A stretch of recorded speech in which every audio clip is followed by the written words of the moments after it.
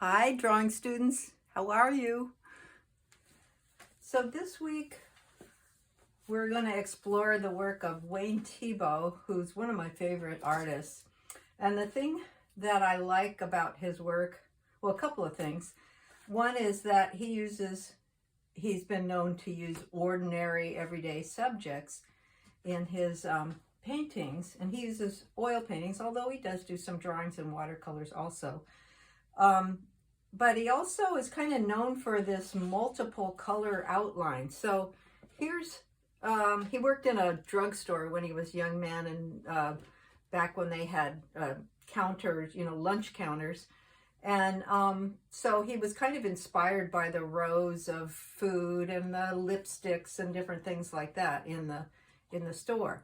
But anyway, if you look closely at a lot of his work, you'll see here's an orange outline and red and maybe green and blue and lots of different outlines around each of the parts of the drawing or the painting. So here's a toy store, and that's kind of the way I'm going to go today, and paint a couple of toys. Gumball machines. He's real famous for the gumball machines. Here's a little, I don't know what you guess, like an old-fashioned slot machine.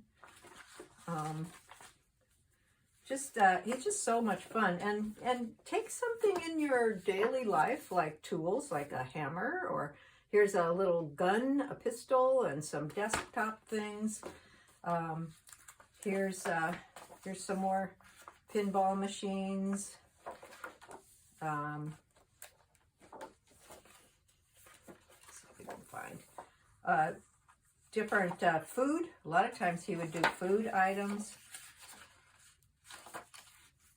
and so on. So, anything's up there as far as subject matter. This is one of his famous pies and cakes, one all lined up in a row. Here's a pile of ties, clothing. Some more gumball machines. How about just some cans of paint and some casseroles? So think about things that are around you and what you might use for your subject. So here's a couple of paintings I did. These were demos for a class, and again, ordinary subject. And on this one, I did both multicolored outlines with paint and also with colored pencil. And you can do the colored pencil first and then paint, or you can do the paint first and then add the multicolor outlines. So whichever way you feel comfortable. Even the cast shadows, look at how colorful they are. I mix lots of colors and then I outlined the cast shadows in colors. This was done at a bakery where I took my paints with me. And actually, I take that back. I took photos at Cute Cakes and then did this painting, and it's on a real smooth paper, and then did colored pencil around them. This one is called SWAT, and some new fly swatters that I had bought. And then I thought I'd incorporate the cupcake, which is real Wayne Thiebaud, and there's a little fly about ready to go there. And lots of, if you look closely, you can see all the colored pencil that's around that. And on this, I used hot press watercolor paper because it takes the colored pencil a little bit better, so it's a smoother. Here's a pair of shoes that were my daughter's in the 80s, or probably in the 90s. And I like the idea of using a dark colored subject, and then all of these wild colored pencil lines will show up really well. And I even put some colored pencil on the interior of it. Here's the beginning of one that never really finished, but it's again, you can see how the colored pencil's going on there. These were the little hair scrunchies that my daughters had. So nothing's off the table as far as subject matter. So what I have done is I've set up a couple of little toys, some a toy teddy bear and a little pink doll. And this little pink doll, I'm looking at it straight on here, but I have a photo so you can see what I'm looking at. I set up a strong side light so that I have a dark and a light side. And you remember from doing the graphite that it's nice to have some nice strong shadows to create the volume of the form. And then there's some nice cast shadows there too. So you can set it up. You can work directly from the subject like I have right here. And I have a piece of hot press paper. This is a quarter sheet, approximately, I think. So it's 15 by 11, if I'm correct here. Okay, and then as far as paint, you don't have to get too fancy with the paint. You could just use a set of these little, you know, Walmart or Target. This is Praying brand. They have them at Michael's, but I'm going to use my regular watercolors. And then I have Prismacolors all ready to go, all different colors. So the first thing I want to do, and I'm going to stand up so I hope my head doesn't get in the way. Oh, before I forget, here's a couple more that I had done. And again, on hot press paper. And these don't have colored pencils so much, but I did lots and lots of outlines with paint first. And I hope the glare isn't too bad. So this is just, as Wayne Thiebaud did, food. And look at the spatters I did. So I can show you how to do that. You just kind of put colors on your paintbrush and then click it against the handle of another paintbrush, and you can get some fun spatters and French fries. Even the boring colored bun and French fries have wild colors surrounding them. Here's another one that is just garden tools. So I went outside and I did set these up and take pictures of it on the patio. And I tried all different ways for the lighting to hit. If you angle something like this watering can in different ways, the cast shadow will change. So I love the cast shadow on that little claw thing, this little guy here. So I kept trying to change it. And you can tell if the cast shadow isn't attached to the object, then that gives the impression that the object is lifting up off the page or off the ground.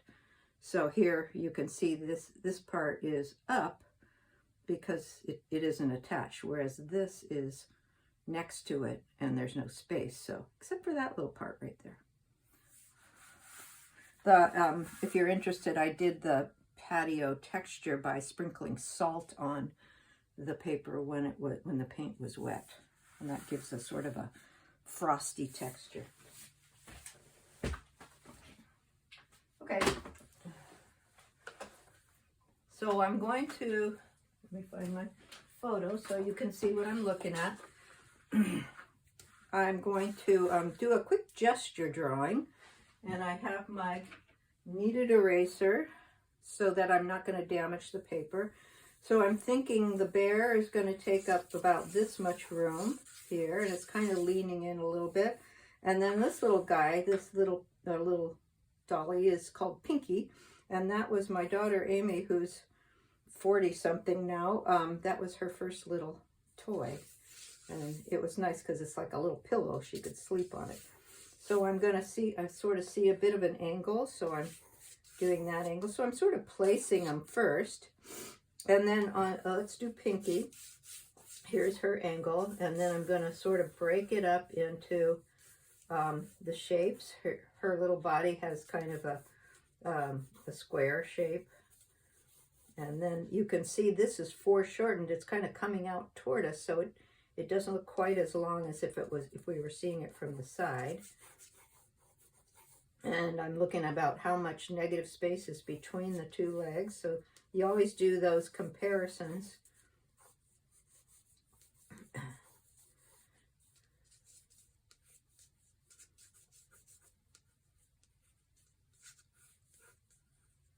Pinky.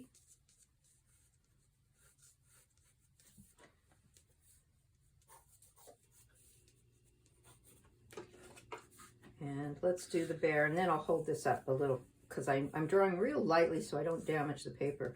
Now, if this is the top of Pinky here, the bear is a little bit higher. So that's probably going to be about where he is.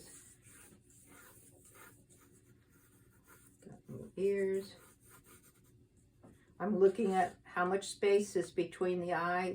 Look at the eye line and see, you know, it's not quite horizontal, so it's got a little bit of an angle. And how close is the nose? Since he's a little 3/4, this eye is closer to the nose than this eye. And there's his muzzle.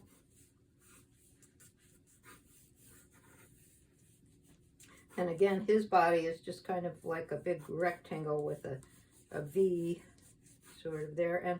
And then don't let your left brain say, okay, shoulders arms are coming out of the body, but really this arm line is coming out of his cheek.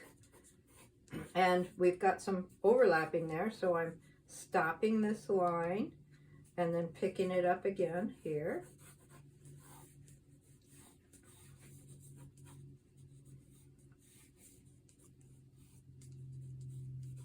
And I like how there's a little uppy part to show his foot there, which is different. This is actually circular here, so I'm gonna, because that's the front of the leg. I gotta make him fat enough.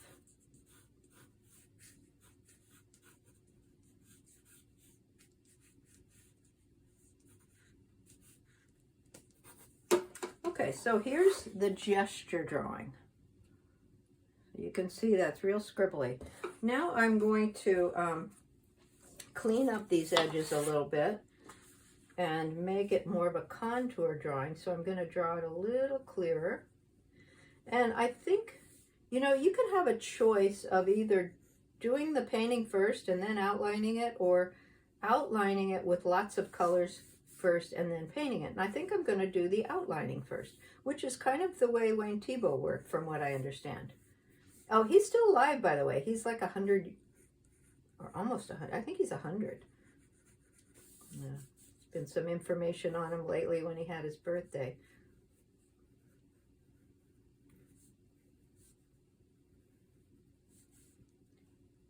So I'm noticing it goes in and out. So there's like a little V. As you follow the lines with your eye, you get the contour edges.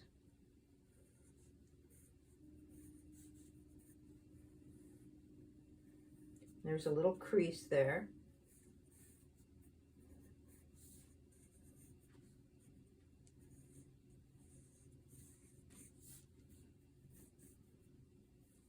This is at that angle, and I think I made it a little more angular, so I got it. It's all good idea to use a pencil as an angle finder and check that they're parallel. It wasn't quite parallel, so I need to fix that angle.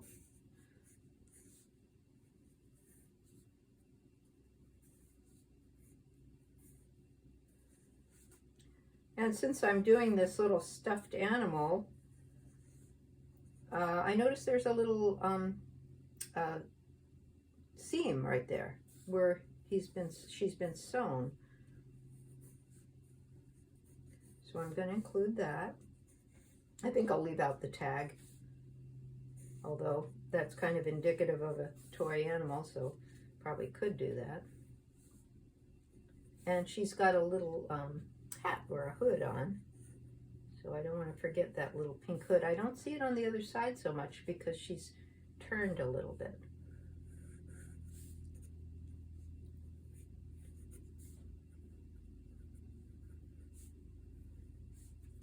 So she's sleeping, but she's very happy while she's sleeping, just like we all are. So there's Pinky, and let's do White Bear.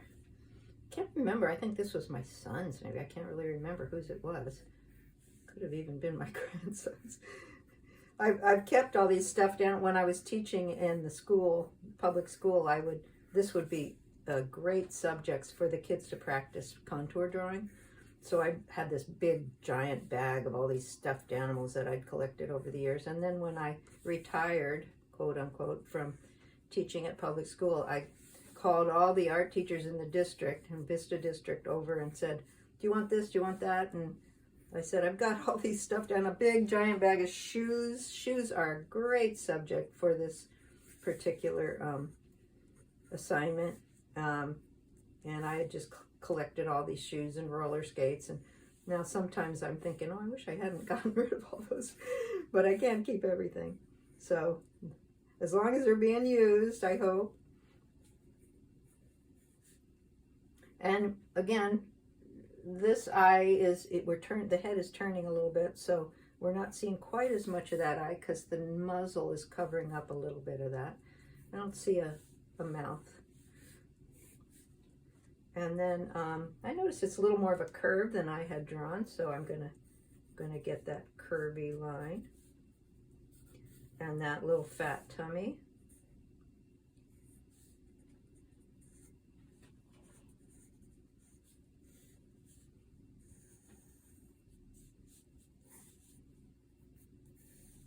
And this is foreshortened. We're kind of looking at it from the front.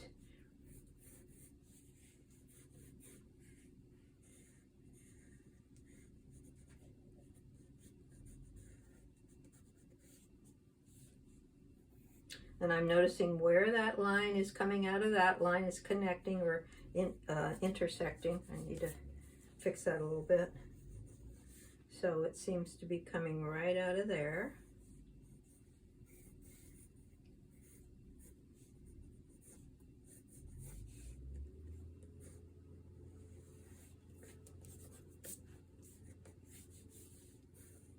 I'll make sure he's chubby enough. Okay, so I have an okay preliminary drawing. So now I want to go in and erase all the extraneous gesture scribbles that I don't need anymore. If you do a preliminary drawing on another sheet of paper, if you're worried about damaging the paper, I just tickled the paper. I drew real lightly, you know, like touching a brand new baby's skin.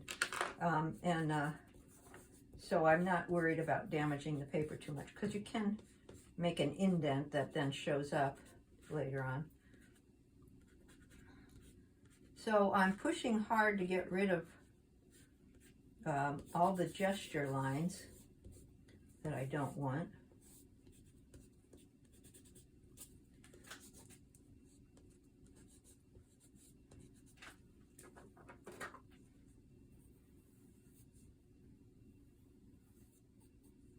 Then I also want to push lightly and actually erase a lot of these lines because I want instead to have colored lines. So, and I also have a little bit of graphite there,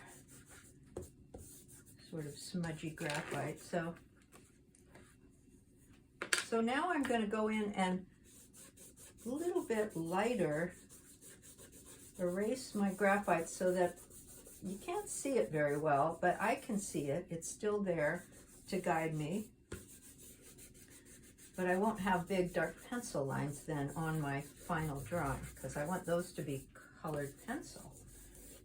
Now, if you guys love working with ink, I know we did that last week with the outdoor drawing, and you like to do ink lines in addition, that's fine. But I'm going to just stick with colored pencil outlines and instead of ink this time.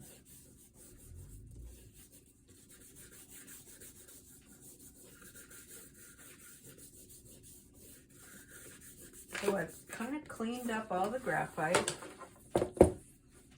and you can see, I can still see it. Okay, so here's, I'm channeling Wayne Thiebaud now. So I think I'll take a color and I will use that color throughout the whole thing, but I'm not going to make a real careful, even line. I'm going to go kind of quick. And I'm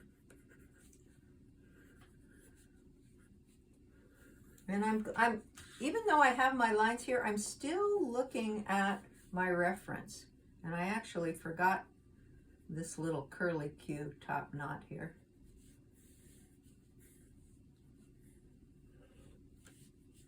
So, because sometimes you miss something, and or you're inaccurate. So if you will look back at your reference every time, you won't get that whisper down the alley game where it changes by the time you know you've outlined it 5 times, and it changes a little bit each time. So I'm going a little slower on this first one, and I'll do the same here. And I can make it fuzzier later, you know, but right now I'm just kind of doing a regular old outline.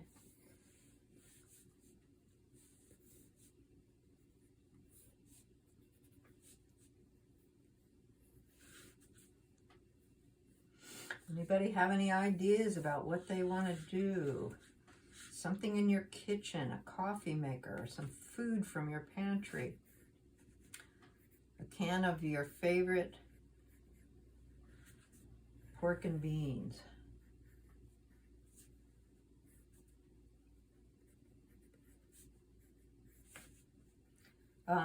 Different tools, like garden tools or tools from your workshop.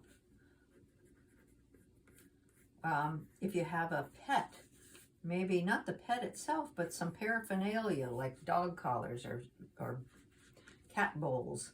Now I haven't drawn the cast shadow yet. I don't want to forget about that. So I'm looking here at this cast shadow. It goes up here, and then it goes down a little bit. And this is going to go right off the page. And then I got to think about a table line too. So they're sitting on a table. So I'll outline my cast shadow and I'll indicate the table line. Now I got to be careful because colored pencil does not really erase very well. So I already kind of got that a little wonky there.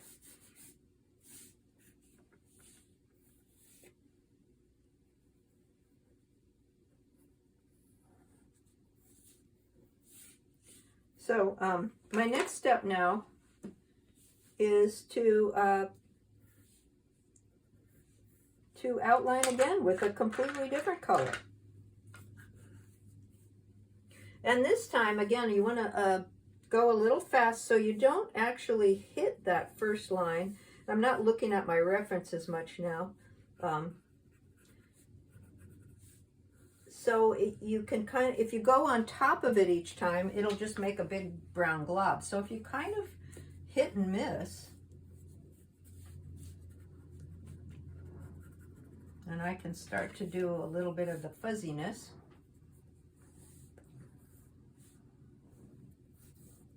So now I can sometimes see this orangey red. What is this? It is, I don't know what this color is called. It's been sharpened off. That's a good thing to remember, is when you're sharpening your colored pencils, don't sharpen the end that says the name of the color.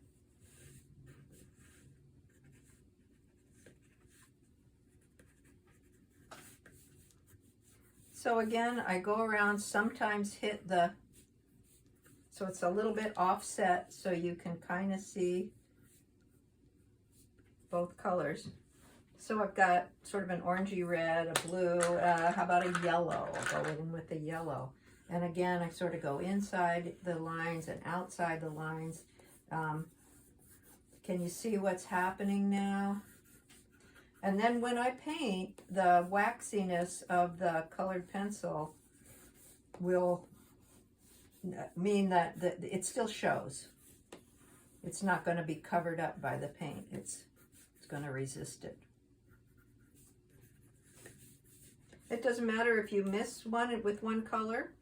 So I've got, let's get more of a purpley red. And then I'll do a lime green and then stop there.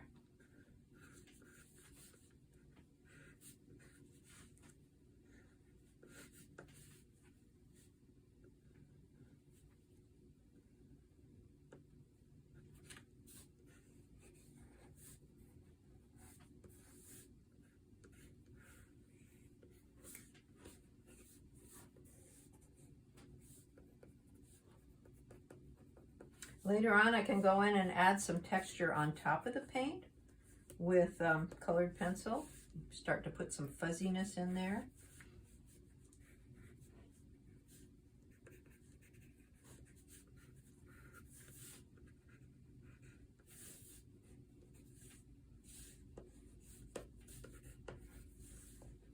And maybe some green.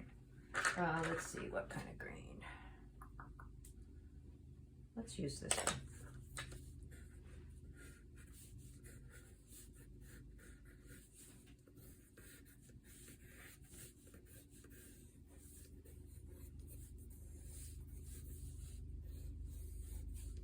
So it's looking like a carnival, and it's fun if you take something real somber color, like remember the hamburger bun, and or a brown bear, or brown tools, and start to put these colors around them. It really makes them pop.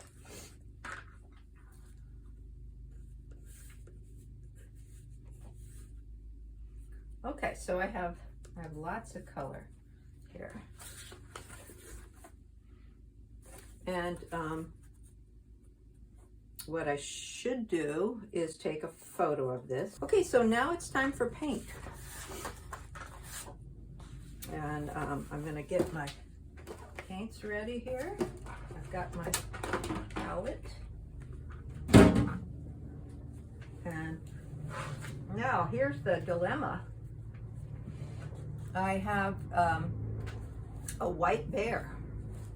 So what do? Well, if you notice, there's a lot of dark values on the side of it, and then I've got a dark background. So what I'm going to have to do on this one is to paint a dark background around it and put some shadow. So let's go with a kind of a cool color for the shadow.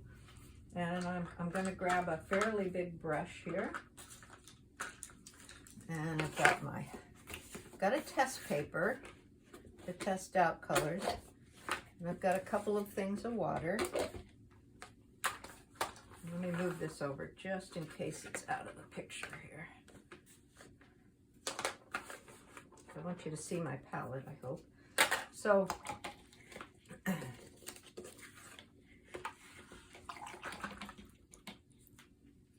I'll use some ultramarine blue, and I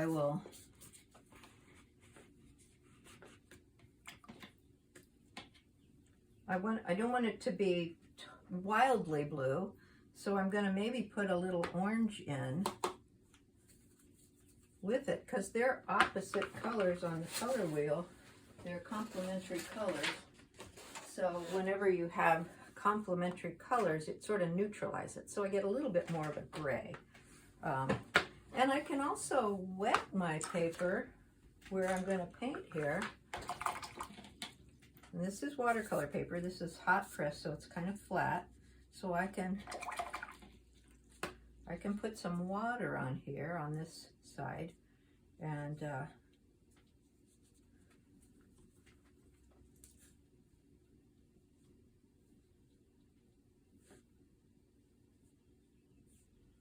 kind of makes it look fuzzy. Let's add a little orange in there.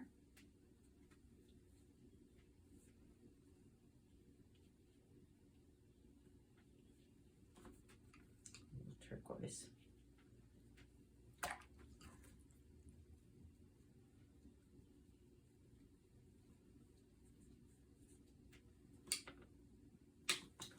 Cobalt blue. Get a smaller brush.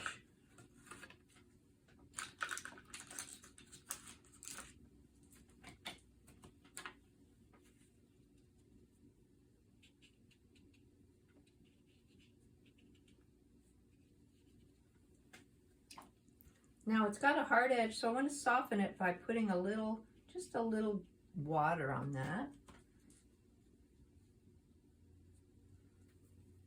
So again, if it's a little too blue, I put a little orange in it, complementary color, and that grays it.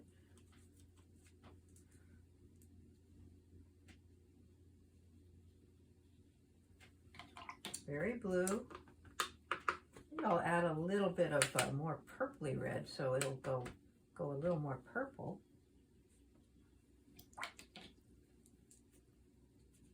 trying not to get paint on this piece of mat board here. I stole that from my husband's framing stuff.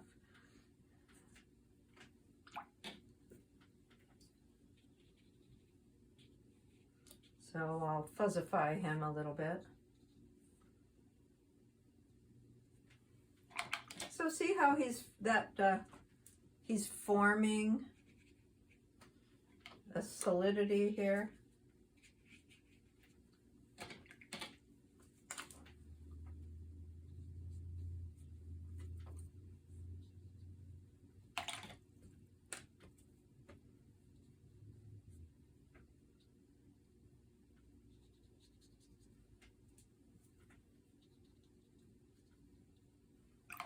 And just like when we did our sketching with the pencil, on the rounded white forms, I'm going to slowly soften away.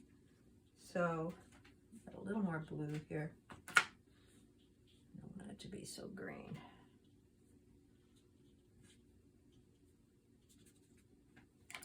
I'll wet it first again, so that it won't, it'll show that it's a rounded muzzle. And then it goes back again. I think I'll soften this edge a little bit too. Now I have a wonderful brush.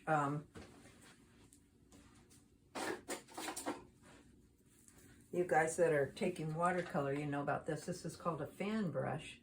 And I can show a little texture.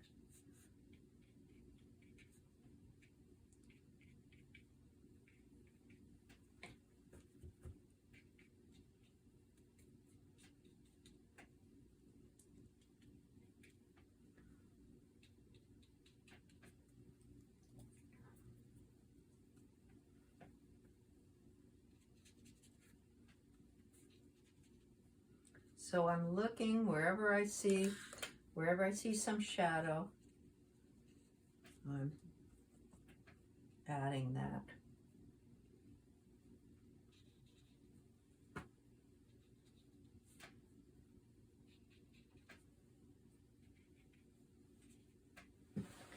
Okay. And what about black? I don't have black paint, so I'm gonna use this dark blue and a little brown together, and it makes a pretty nice black. So I can show those little eyes.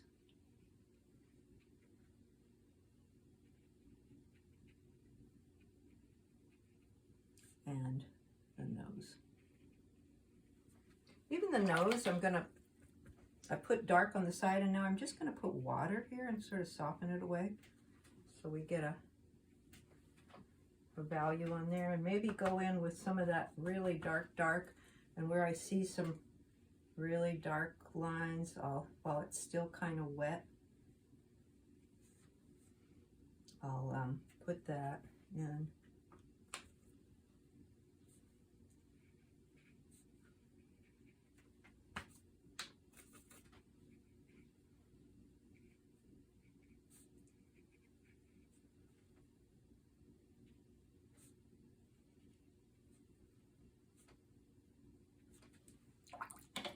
And just soften it a little bit.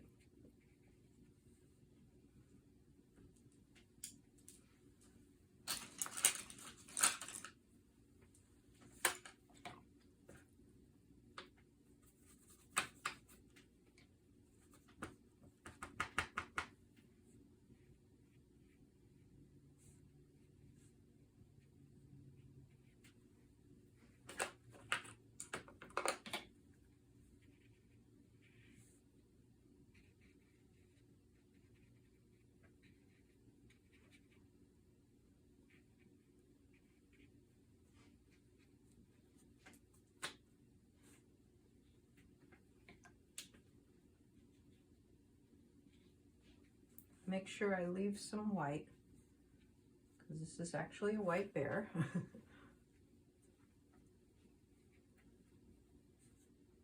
Okay, so I think that's about all I'm going to do here on this demo on this bear. And let's do Pinky. So I want to take like a magenta kind of permanent rose, and I don't, in order to make it light with watercolor, you just add a lot of water. So I'm going to go in and paint just the dark side. Well, actually, let's give it a wash all over, except maybe on the very edge.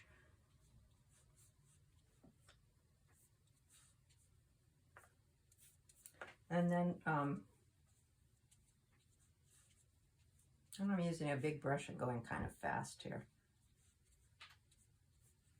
While it's still wet, I'll kind of soften it.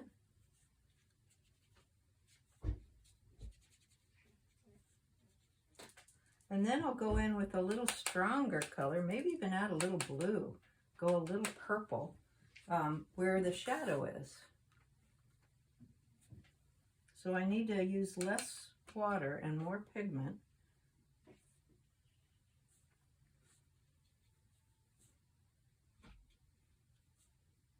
Wherever I see it a little darker, I keep squinting my eyes to look at that. Maybe add a little bit of blue.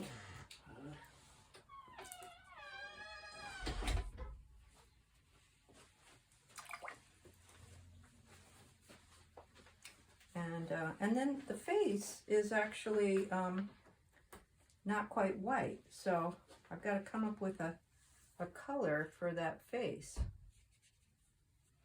And it looks like a little bit of off-white. Maybe if I just sort of mix a bunch of these primary colors together, a little extra yellow, I'll get what I call palette mud.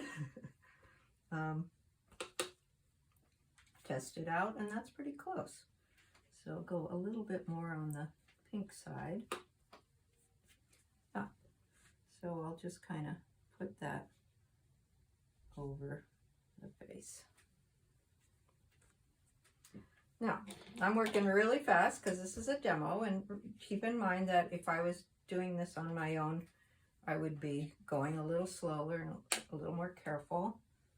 So you guys want to keep that in mind as you work. I'm getting some what we call blossoms because I'm adding color when it's sort of half dry, and I don't really want those so much on this. So what I'm going to do right now is, actually, I think it's dry enough. I was going to blow dry it, but I'm going to put in a really dark background and then a really dark cast shadow. So I'm going to use ultramarine blue and maybe some peacock blue. So I want to get a nice dark color. So I'm going to go in and just, with a big brush, paint that right up to the table line. And then with a smaller brush, I'll go in and fuzzify it a little bit.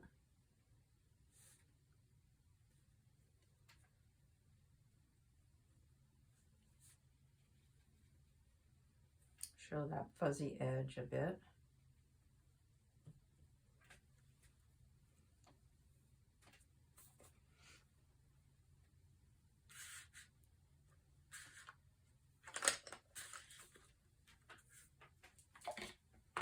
Peacock blue, ultramarine blue.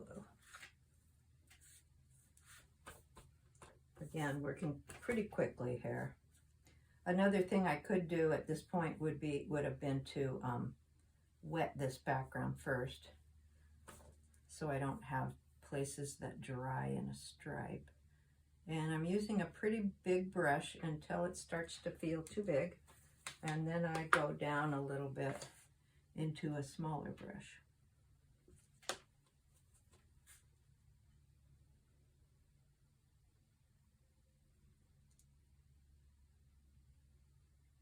Fuzzify.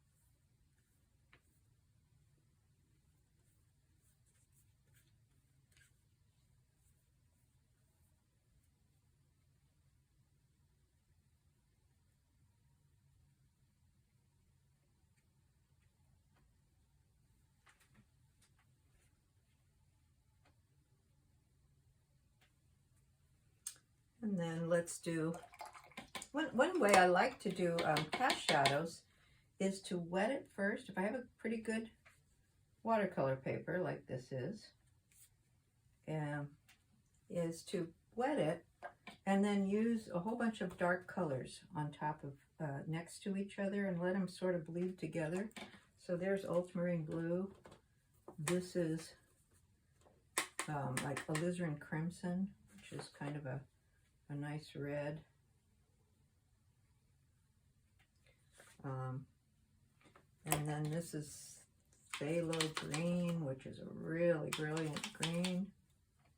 Put some of that in. Since I'm mixing all these colors, they'll sort of fuse together and become like a more of a dull color. And we'll use a little yellow.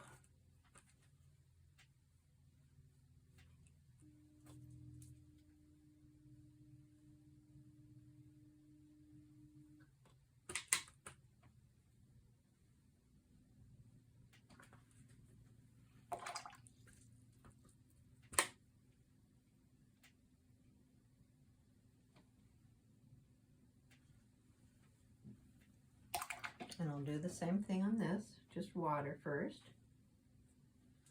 Again, working a little sloppy, but that's the way it goes. So there's blue, there's some red,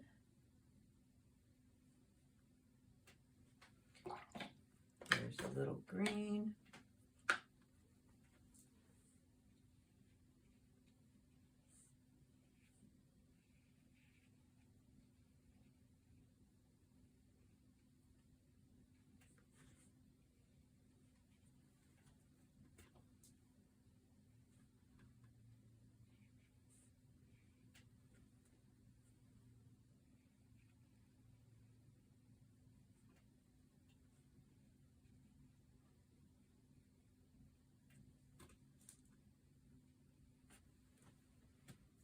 okay. So I'm gonna stop and dry it. Wipe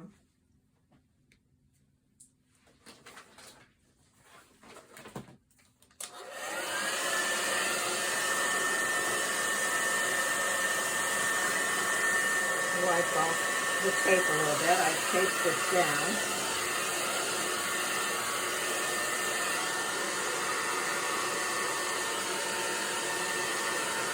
That was pretty thick paint right there, so I'm kind of pushing it off to dry it a little bit better. I'll be careful here, I don't get a little blowing going on here.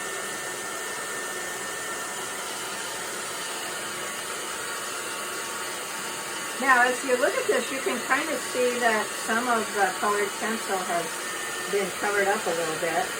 So this would be where you go back in and you can bring out your colored pencil, and this is really fun, start showing some colored pencil within some flat areas of watercolor. So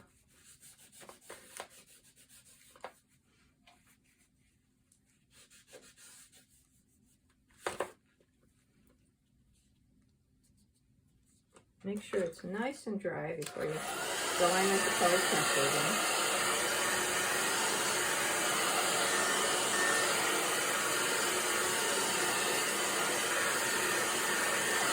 And actually, the way colored pencil is, you can go back and forth and back and forth. Like, I could put some colored pencil in this background and then put more blue on it, because I'm not really pleased with how dark this is. I want to go a little bit darker, but we're getting kind of lengthy here. So I'm going to then go back in and show you how I can add some more colored pencil here. Especially fun to use like a light colored pencil on a dark area. So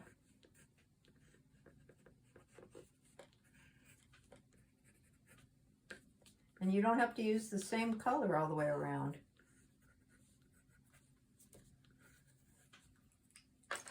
Go in with maybe this turquoise here and come up with some new colors you didn't use before.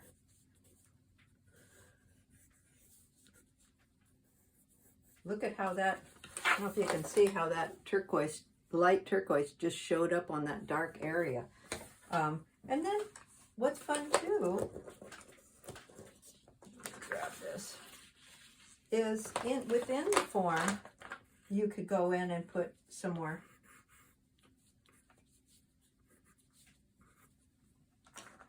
Here I can take, let me find some pink.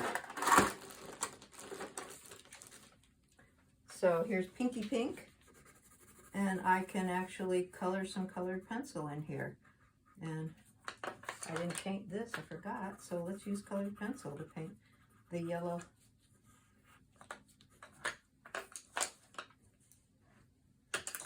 I'll go in with a little blue and show some fuzz.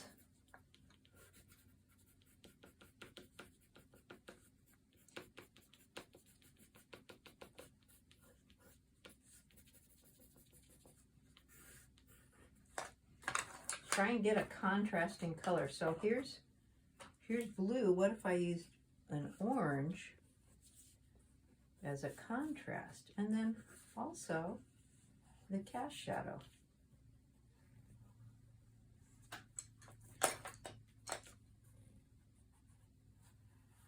Just that little, yellow doesn't show up too much, but just that little hint of yellow. Can you see that? Just a little bit of yellow there. And then I sometimes like to put some texture in the background too, if you want.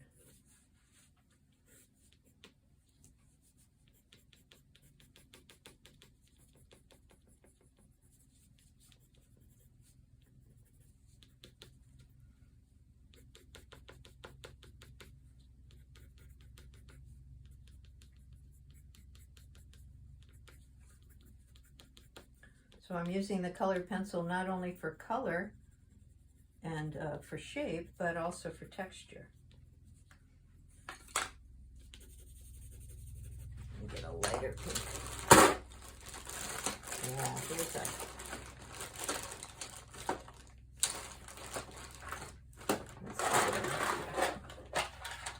Here we go.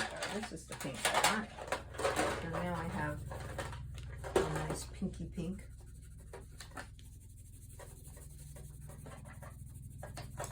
And pinky is fuzzy too, so I want to show a little bit of short strokes to show some fuzziness, and maybe some cool color to show shadow here.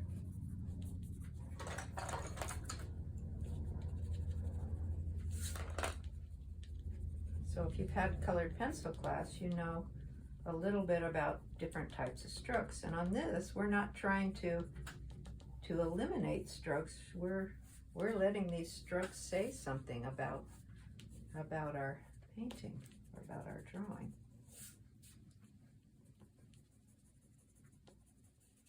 Fuzzy, fuzzy, fuzzy.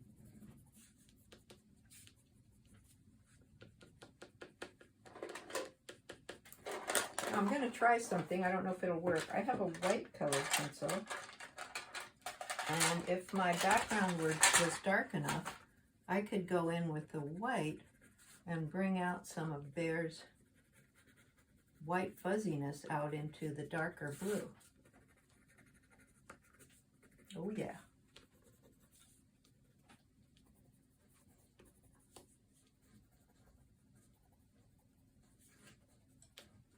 Fuzzy Wuzzy was a bear. I don't want to forget about white. And let me use black, or see if I can find a very dark colored pencil. Well, this is blue, but I want to, oh shoot.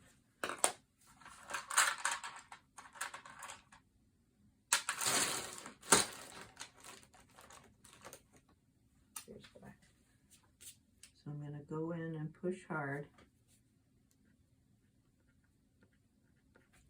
And I'm going to draw her little sleepy eyes.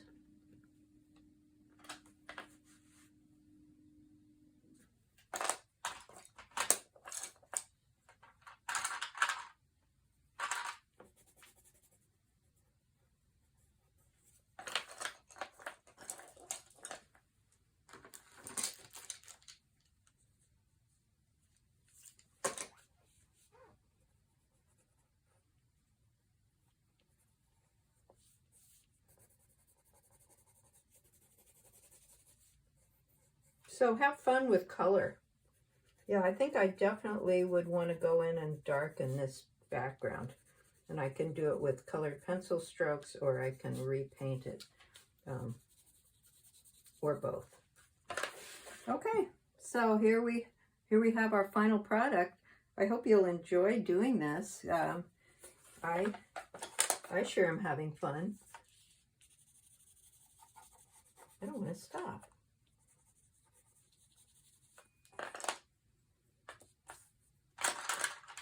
Forgot to darken this side, this shadow on the side here of her face.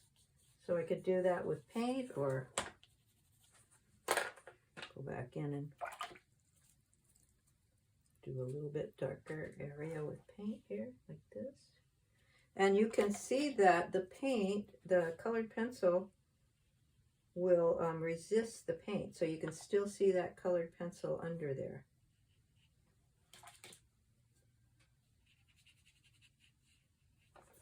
Okay. All done. Have fun doing this. Can't wait to see what you guys come up with.